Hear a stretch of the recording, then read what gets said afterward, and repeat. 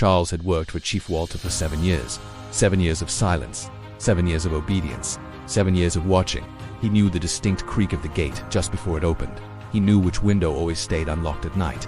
He even knew which nights the generator would hum for hours longer than usual. But nothing, absolutely nothing, could have prepared him for what happened that evening.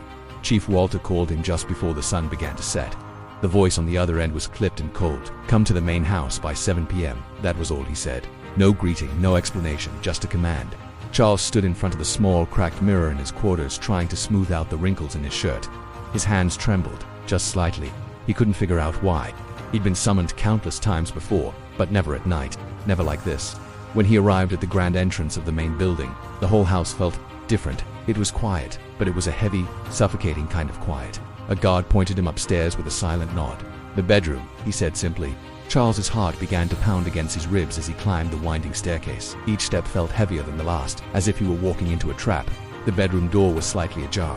He pushed it open gently, and there, inside, Evelyn lay on the bed. She was fully dressed, perfectly still. She didn't look at him, her gaze fixed on some distant point beyond the walls. "Madam," Charles said softly, his voice barely a whisper.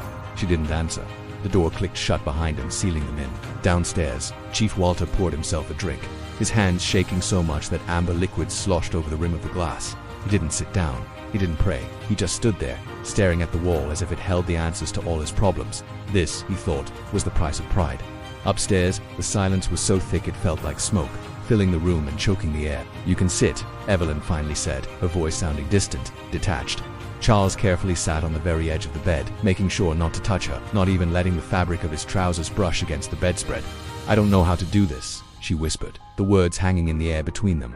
Charles swallowed hard, his throat dry. "Madam, if you want me to leave—" "No," she interrupted, her voice sharp for the first time. "Just don't talk too much." Her eyes finally met his, and in that one fleeting moment, something profound shifted in the room.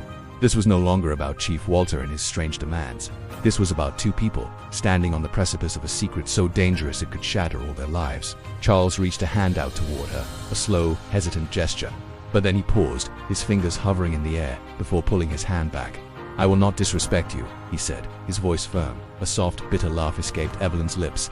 Respect left this room the moment that door closed. She turned away from him then, her back creating a wall between them as she faced the ornate wallpaper. "Just do what you are paid to do," she said, her voice muffled by the pillow. The lights clicked off, plunging the room into darkness. Time seemed to stretch and warp. Downstairs, Walter checked his watch for the 5th time. Each minute felt like an eternity. Upstairs, Evelyn's breathing pattern changed. It became shallow, then hitched. Charles froze in the darkness. "I'm sorry," he whispered, the words tasting like ash in his mouth. "Don't be," she replied, her voice so quiet it was almost lost in the silence. "Just don't remember me like this." The house remained quiet, too quiet. When Charles finally left the bedroom, he didn't look back. He walked down the stairs and straight past Chief Walter without a single word, without even a glance. Walter stood frozen in the hallway, the drink still in his hand. He didn't ask any questions. He didn't go upstairs. He knew with a dreadful certainty that some things were better left unseen. Later that night, Evelyn lay awake, staring at the dark ceiling. Her own body felt alien to her, unfamiliar. Her heart felt worse. She turned her head slightly, her cheek pressing into the cool silk of the pillow, and whispered into the oppressive darkness. This was supposed to fix everything.